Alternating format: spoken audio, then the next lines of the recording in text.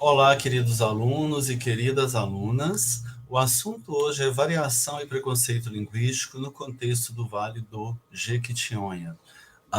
E não deixando de lado, né, a realidade, o contexto também do Vale do Mucuri, do Vale do Rio Doce, do norte de Minas, ou qualquer outro contexto, né? A gente vai falar de maneira geral, mas vamos tentar utilizar exemplos aqui para a gente contextualizar na importância dessa temática na universidade. Vocês agora que estão tendo contato com vários gêneros mais formais, né, estão tendo contato com letramentos acadêmicos e, portanto, terão que lidar com esses novos gêneros textuais e reconhecer, né, não deixar para trás os outros gêneros que vocês já conheciam e já utilizavam competentemente, né, é importante dizer, em outros contextos fora da academia. Portanto, comecemos. Bem,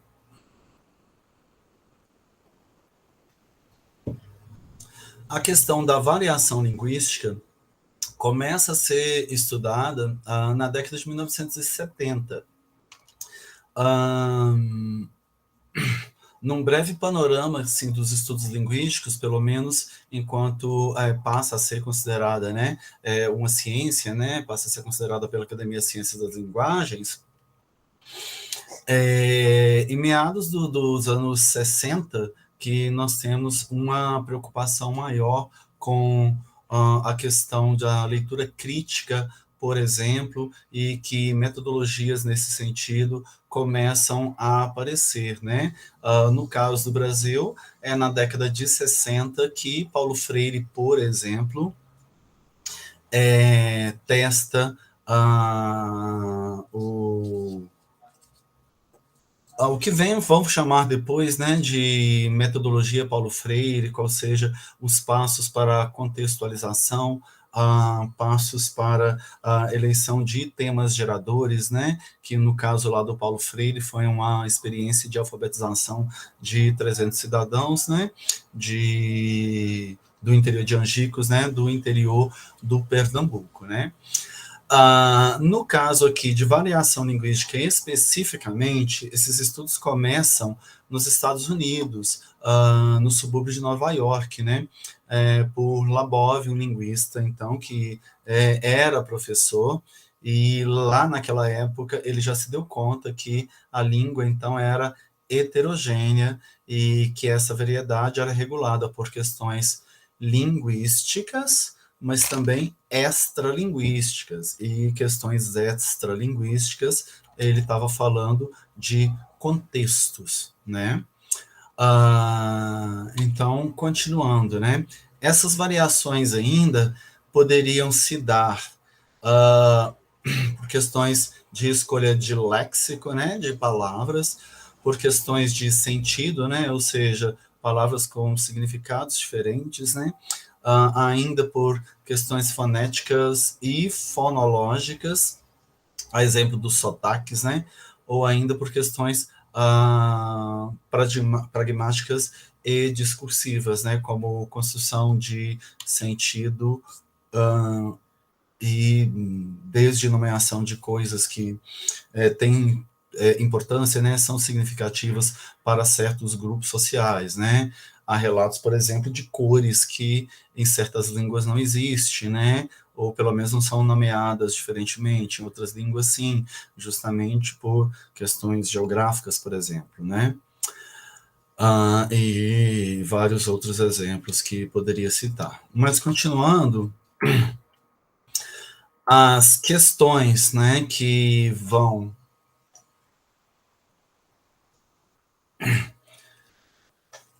promover ou que vão impactar nessas variações linguísticas, né, podem ser de ordem diversa, né? Primeiramente históricas, né? A língua muda, né, ao longo dos anos. Bem, podemos dar vários exemplos. Isso se dá por várias questões, né? Desde migração de pessoas, né, grupos étnicos diferentes, mas não só isso, mudança de gerações, né, que vão criando as suas maneiras particulares de se comunicar, isso vai ter a ver com escolaridade, com profissão, com gênero, com sexo, com idade, né, mais escolaridade, por exemplo, vai fazer com que a pessoa tenha acesso a mais gêneros formais, definitivamente isso vai impactar na sua produção linguística.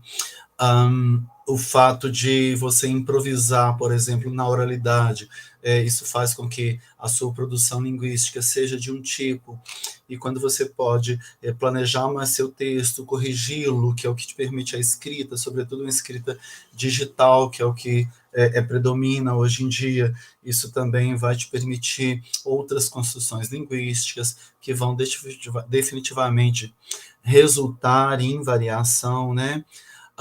Essa questão ainda da escolaridade, né, tem todo o seu aspecto social, quem tem acesso à escolaridade, quem tem acesso a bens artísticos e culturais diferentes, né, quem tem acesso a culturas diferentes, também vai ter variações linguísticas delas decorrentes, né, que podem ser desde lexicais, ou semânticas, ou sintáticas, né, dentro de outras. Bem, portanto, considerando o impacto das questões sociais, né, o acesso à educação, a bens culturais, a diferentes culturas,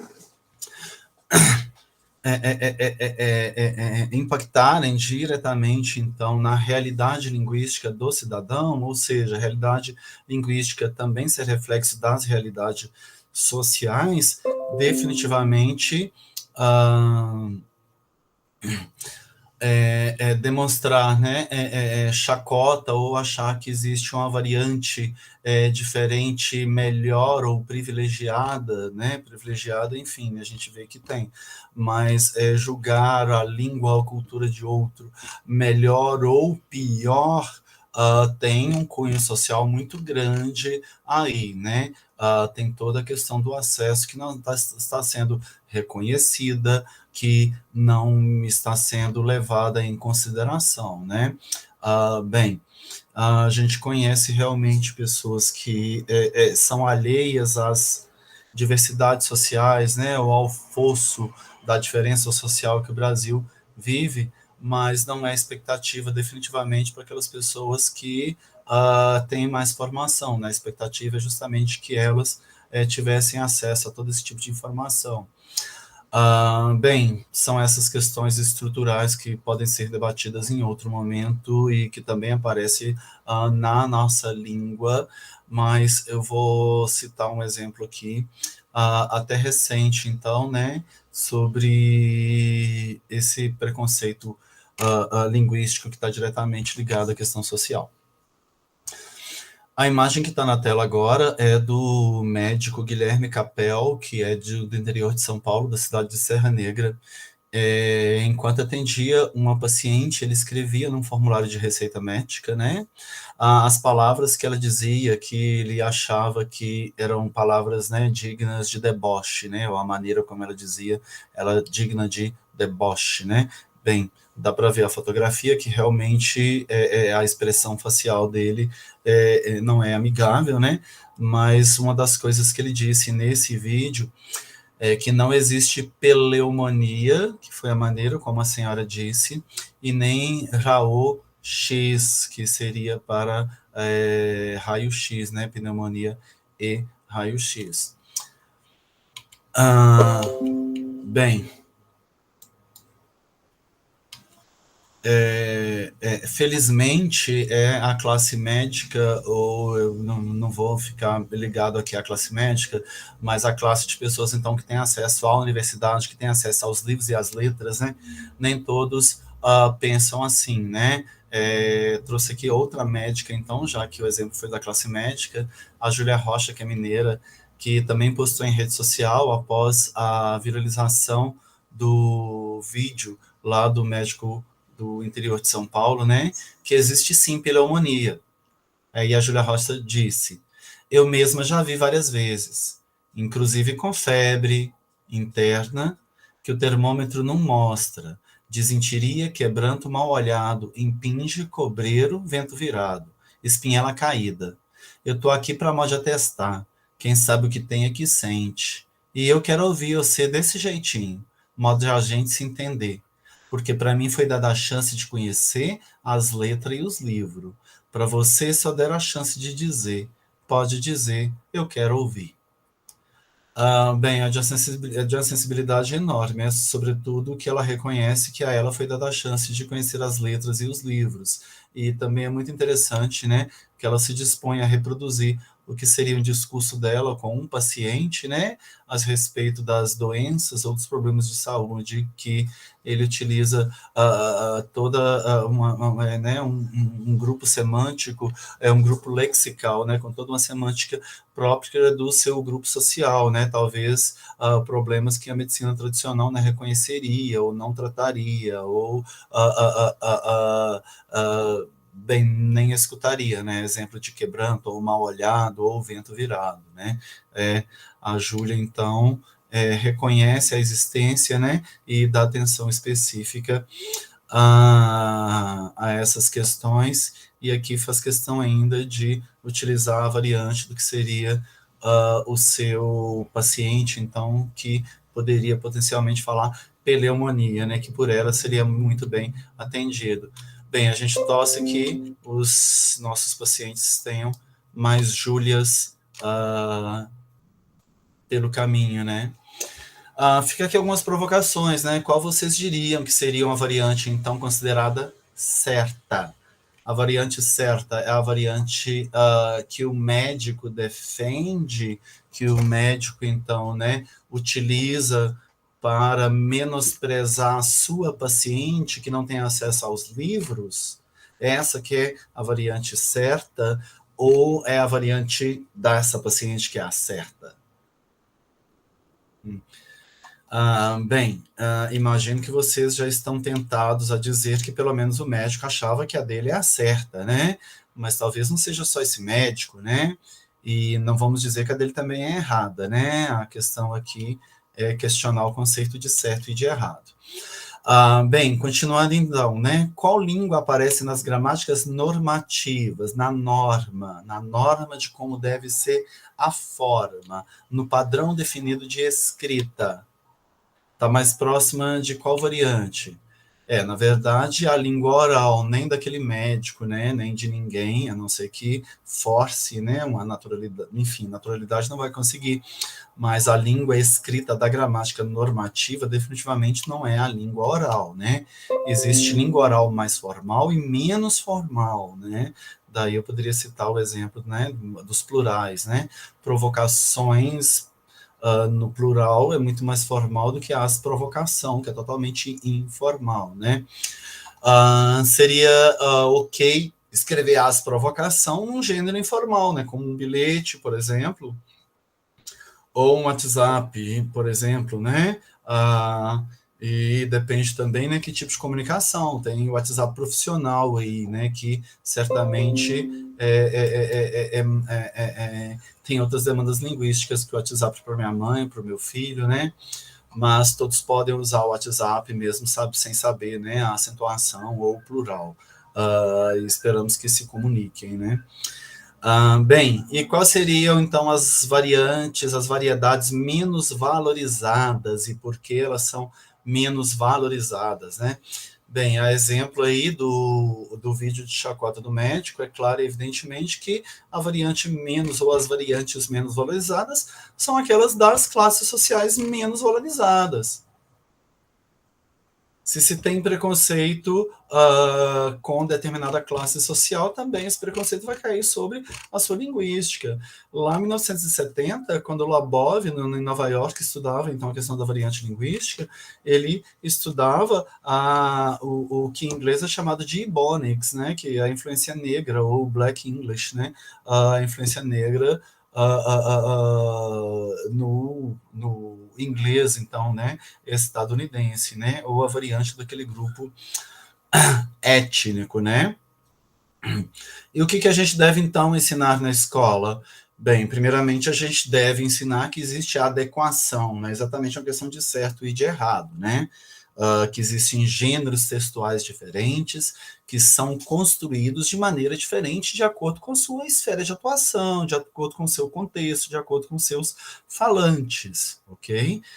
Uma piada pede uma construção semântica diferente de um artigo científico. Inclusive, não vai funcionar como piada se eu não usar recursos como, por exemplo, talvez figuras de linguagem, né?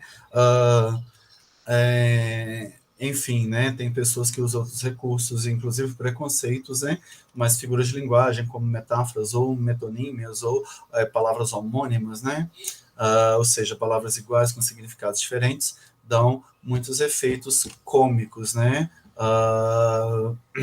Então, definitivamente há variantes. E aí a adequação. Você fazer piadinha em texto acadêmico tem que ser muito bem feito, você tem que dominar bastante o gênero para que realmente fique adequado, né? Para que realmente não destoe do gênero. Bem, e o que deve ensinar na escola?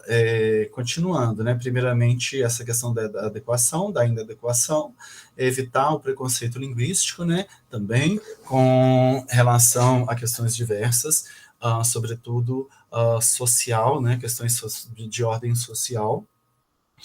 Mas a escola também é o lugar de ensinar gêneros privilegiados, é o lugar de ensinar gêneros formais, lembrando que não é em detrimento de outros gêneros, lembrando também que não é apenas gêneros escritos, há toda uma gama de gêneros orais que também são responsabilidade da escola, né? A criança vem de casa falando, obviamente, mas ela sabe produzir gêneros textuais orais, no caso, ela sabe falar, né? No contexto da casa, no contexto da família, no contexto dos amigos, no contexto da brincadeira, no contexto dos colegas. E no contexto da escola, né? O que ele vai precisar aprender? Ele vai precisar aprender como se portar num seminário, na formação dele, na adolescência. Ele vai precisar aprender a fazer, por exemplo, um currículo. Ele vai precisar aprender a escrever uma carta de apresentação. Ele vai precisar aprender um relato, a escrever um relato, um memorial, defender as suas ideias, seja na oralidade ou seja também de maneira escrita. Pois é, a escola, né, é um local privilegiado, daí o letramento escolar deve dar conta desses gêneros, né, específicos, não só da academia, mas também a escola deve ajudar com um letramento para a vida prática dos cidadãos, né, com gêneros que sejam relevantes, né, a ele e também de acordo com os seus conhecimentos, né, sempre em diálogo com os seus conhecimentos, as questões locais e ainda as questões globais, né? Então a gente ensina gêneros textuais que estão ligados não só às formas, já que a gente está falando de mais formal e informal, né? Mas também tem toda uma questão de temas e também tem toda uma questão de estilo, né? Que também está envolvido. A escola, então, deve dar conta desse letramento adicional ao letramento possível da prática social do estudante. E não deve estar descolado, muito pelo contrário, né? Deve estar totalmente em diálogo com a vida prática do estudante, oferecendo, sobretudo, né, e de preferência, uma produção textual, né, relacionada, então, a práticas da vida real. Em caso de matemática, especialmente, nós podemos pensar em letramento matemático, né? Nós podemos pensar em problemas matemáticos que estejam ligados, por exemplo, a questões da vida real, e eu poderia, né, citar exemplos diversos, desde orçamento familiar, né, e daí também o reconhecimento daquela família dentro do seu espectro social, dentro de classes sociais. Aí vem toda uma questão de renda, né, de renda no país, salário mínimo, questão de juros, por exemplo, e aí entra a matemática financeira, né? e outras questões poderiam surgir, matemática, dentro de matemática financeira, desde imposto de renda, ou sistema né, de impostos no Brasil, enfim, preços e commodities, e por exemplo, da gasolina, e outros problemas do nosso cotidiano, né? Que a pessoa definitivamente precisa estar letrada para poder viver de maneira melhor, de maneira mais democrática e de maneira mais plena em sociedade, né? Usufruindo dos seus direitos, né? E arcando com seus deveres. Bem, a questão de certo e errado, então, começa a ser discutida no livro Preconceito Linguístico, que tem sua primeira edição em 1998, desculpe. Marcos Banho é um linguista da Universidade de Brasília, né, a UNB, e daqui a referência que eu estou utilizando dele é a edição de 2015, que foi revista e foi ampliada. É um livro da Parábola Editorial, né? Então, o que o Banho aconselha é que vamos trocar o certo e o errado para o adequado e o inadequado, ok? Nós vai, nós vem, adequado onde? Em todos os gêneros que você sempre falou assim, seja no seu círculo de amigos, seja na sua família, seja na sua comunidade, né? Somos estrangeiros nos nossos meios sociais. É claro que eu não estou falando que ao longo dos anos alguma coisa vai mudar, né? Definitivamente, né, as coisas se transformam. E não estou dizendo que é para melhor ou pior em termos de sotaque, em termos de escolha lexical, de forma alguma. A gente espera que você tenha cada vez mais letramentos, cada vez mais conhecimentos, e possa produzir mais gêneros adequados a diversos ambientes. E que não use os inadequados, né? Ou seja, que na necessidade de usar gêneros formais, gêneros os utilize, saiba usar gêneros formais, né? Na necessidade de falar para públicos ou em espaços de contextos e temas diferentes que você está habituado no seio da tua família de amigos, que você tenha propriedade de falar desses temas, e se não consegue dar contas, né, de todos esses temas, minimamente que você saiba compreender esse gênero textual novo, possa pesquisar e aprender a partir das suas pesquisas e dos seus conhecimentos estruturais a respeito de gêneros textuais, que envolvem, né, pela referência padrão do conceito original de gênero textual, que é Mikhail Bakhtin, envolve, então, toda a questão dos temas, a questão do estilo e ainda da construção composicional. Continuando ainda, né, o professor e a escola, então, né, que o professor ensina na escola, e aqui estamos falando, então, do professor de língua materna, né, aquele professor de português para o nativo de língua portuguesa, né, o nosso caso aqui do Vale do Jequitinhonha, do Mucuri, né, o nosso caso das escolas para cidadãos brasileiros aqui no Brasil, né. Evanildo Bechara, que é importante gramática, inclusive, normativista, também tem uma visão mais plural da língua, né? E ele diz, então, que a missão do professor de língua materna é transformar o seu aluno num poliglota dentro de sua própria língua. O que ele está querendo dizer, então? Que a língua não é única, né? Que a língua portuguesa, então, são várias línguas, ou seja, ela tem variedades. Então, o nosso estudante deve dar conta dessas variedades e não ser monolíngue em uma nova língua totalmente artificial, né? E reconhecer que gêneros diferentes são utilizados em contextos diferentes, e o nosso aluno, então, deve dar conta de diferentes gêneros, né?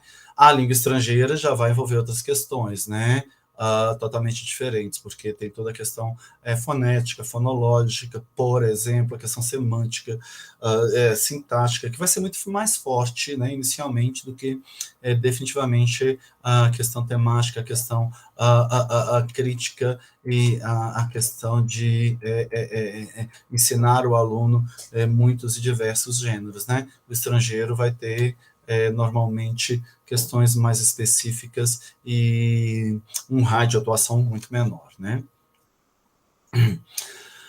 Ainda, Marcos Banho afirma que o preconceito linguístico é decorrência de um preconceito social, né? A gente pode confirmar essa afirmação do Banho ao se verificar, então, que a piadinha é sempre feita com aquele cidadão de menos prestígio, que tem a sua variante, a variante de menos prestígio, né? Quando se fala que estamos corrompendo a língua, normalmente está se falando da presença de linguagem informal, a presença de construções linguísticas que são típicas de classes sociais menos abastadas, né, que marcam claramente a diferença social.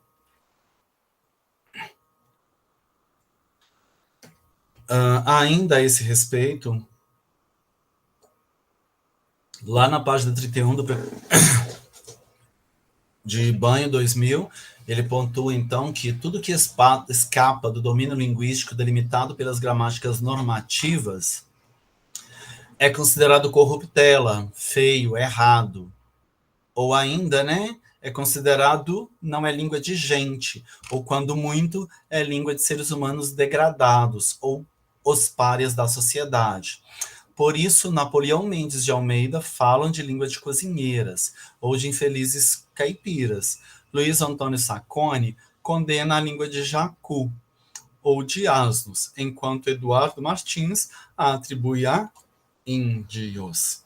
Lembrando também que índios é uma expressão jocosa, né, lotada de estereótipos, que não só esses exemplos aí retirados de nomes de certa relevância na sociedade brasileira, né, lá então na década de 2000, na década de 1990 e 2000, quando foi publicado esse trabalho do Marcos Banho, né. Bem, a respeito dos sujeitos do Vale do Jequitinhonha e Mucuri especificamente, eu fiz um pequeno questionário que foi utilizado aqui para trazer alguns resultados. Os respondentes são estudantes da UFVJM, à época, pelo menos, né? Moradores aqui de Padre João Afonso, que é uma comunidade rural do município de Itamarandiba. A outra comunidade é Veredinha, e a outra Veredinha é um município, né? É um município, e no caso de São Gonçalo é um distrito, né? Uma comunidade pertencente ao município do Cerro, que então são 3 pontos aqui no alto do Jequitinhonha. A respeito da dicotomia campo-cidade, dessa diversidade, o meu primeiro sujeito respondeu o seguinte: claro que sempre, em uma ocasião ou outra, fazem piadas com relação ao sotaque ou ao meu jeito de falar. A segunda sujeito aqui, que foi entrevistada, né, diz que com certeza já fui menosprezado pela maneira com que eu falo, principalmente quando chego em uma grande cidade. Eles já falam, você é do interior, né? Outra, assim que concluí o ensino médio, fui para São Paulo. Quando comecei a trabalhar, os colegas de trabalho ficavam caçoando o tempo inteiro do meu jeito de falar e pedia para repetir e riam. Outra, como se não bastasse, o rapaz me pegou pelo capuz da blusa e fez eu repetir ardeia para o bar inteiro. É uma palavra, né, com R, que era diferente no caso da experiência dele, que ele estava lá no interior de São Paulo, então onde ele foi, né. Bem, ainda a respeito sobre o que os sujeitos dizem, teve um terceiro sujeito também que falou a esse respeito, né, da dicotomia para o campo-cidade. Ele diz que, em 2010, fui selecionado para participar do Parlamento Jovem em BH. Nesse contexto, eu senti um certo preconceito pela minha maneira e jeito de falar, sotaque, essas coisas. A mesma pessoa.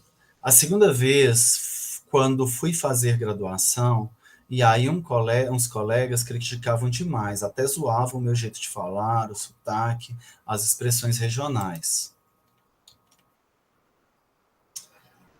Outra, agora o quarto sujeito.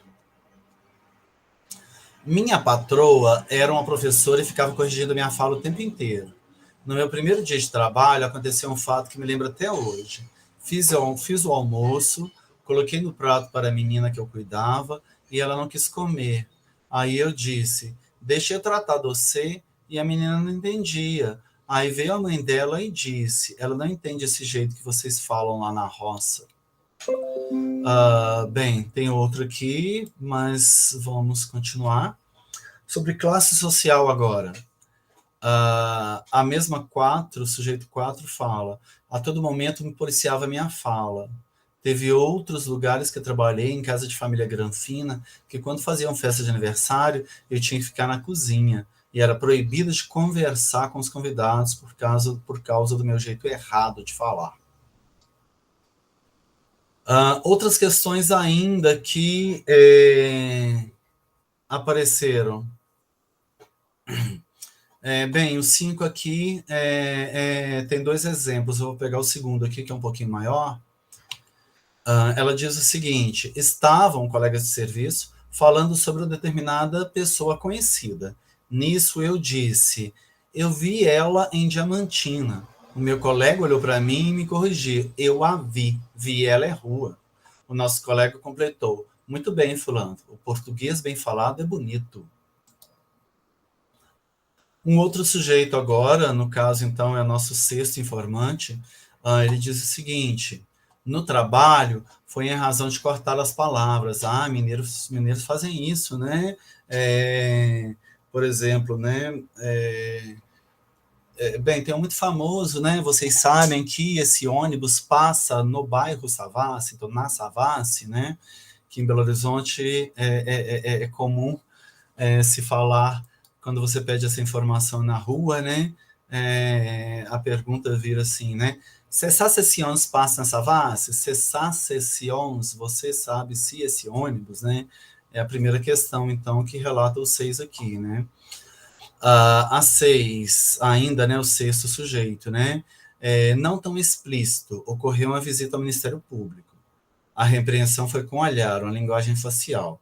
Então, sem buscar discutir sobre a sociolinguística ou preconceito linguística, busquei responder fazendo a exposição do caso, utilizando o português adequado, de forma irônica, meio que dizendo como se escreve.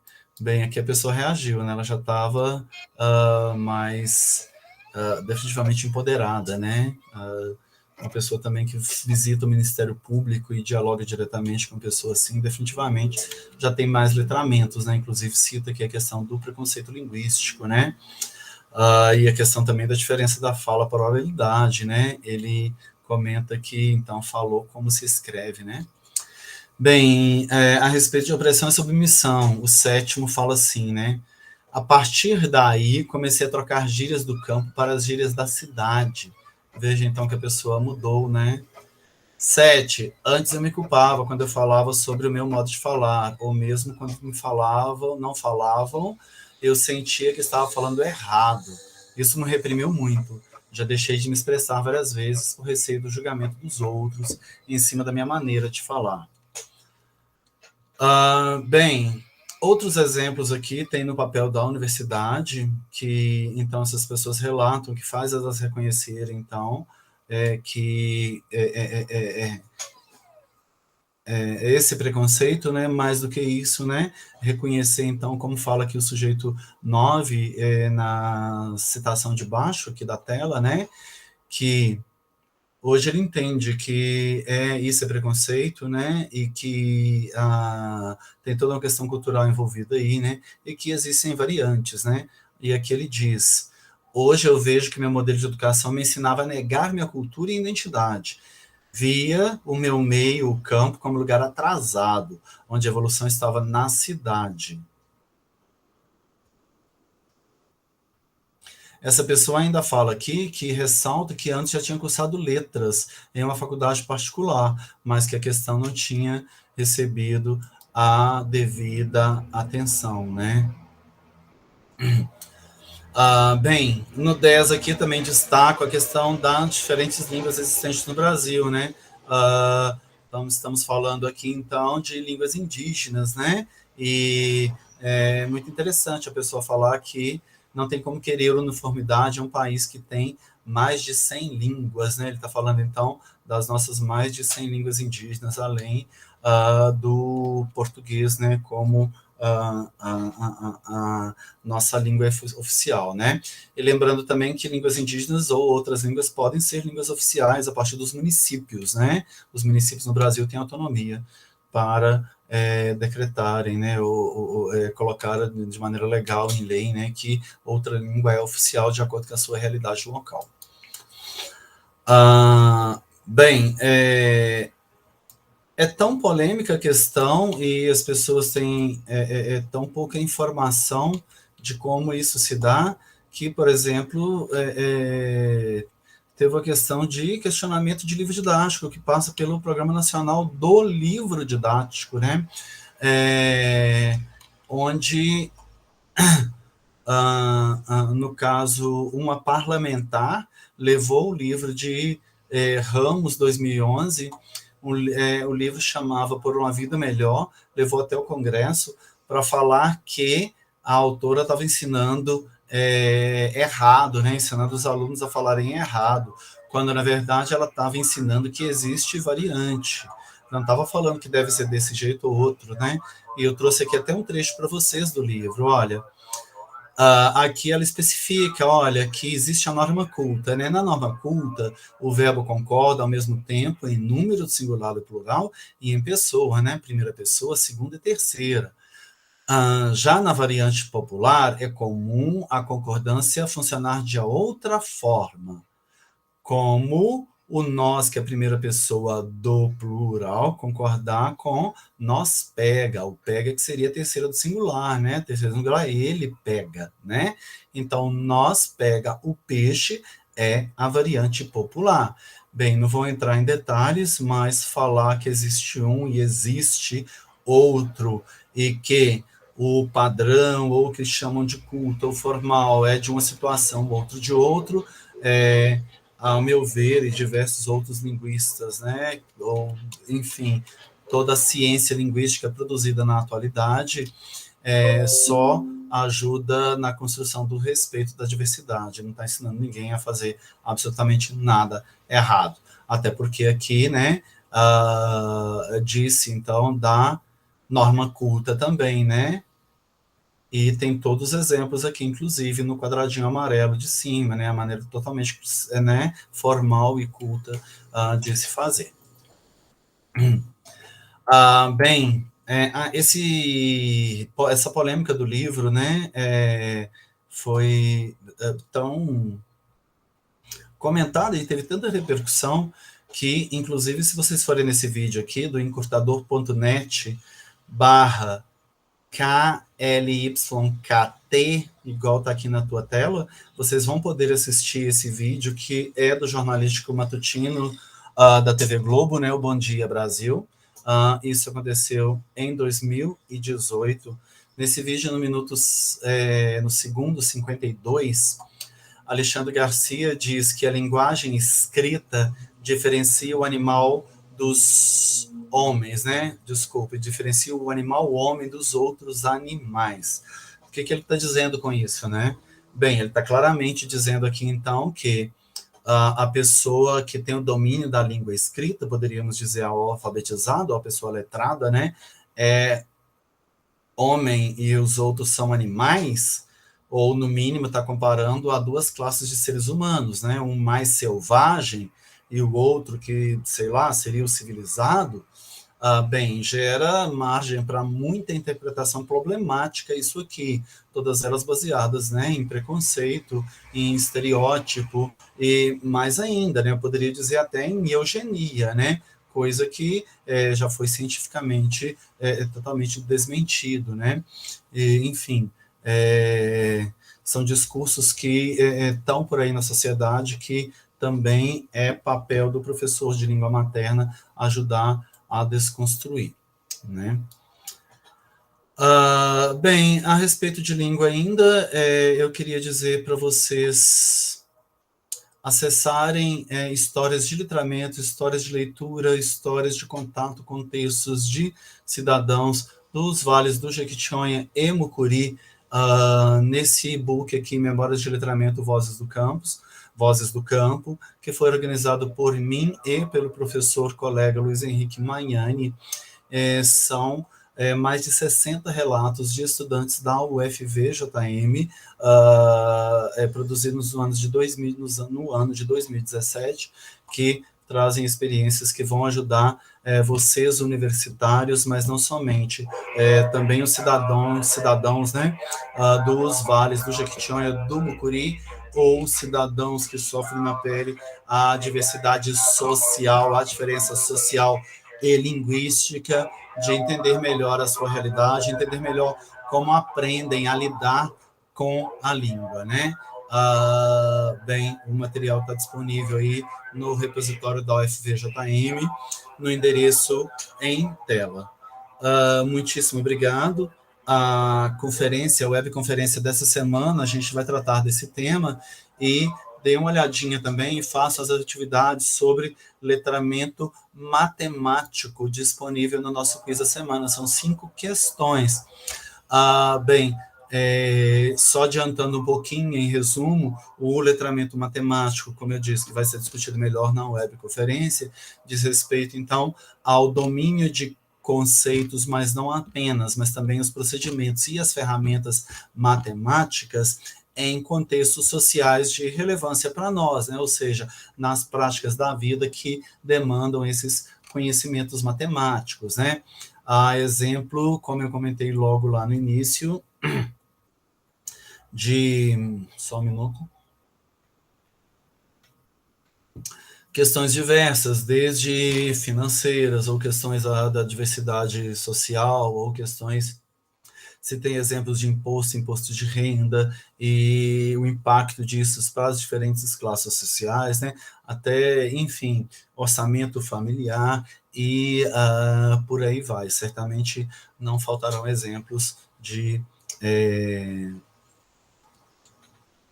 como a gente deve tratar criticamente da matemática na nossa vida, né? Bem, por hoje é só. A nossa videoaula fica por aqui. Acessem os demais materiais desta nossa semana 5. Bom trabalho, vejo vocês nos nossos chats semanais. Estou disponível 2 vezes por semana, e nossa tutora também disponível por semana, no horário que vocês já sabem, disponível no nosso cronograma. Obrigado, bom estudo.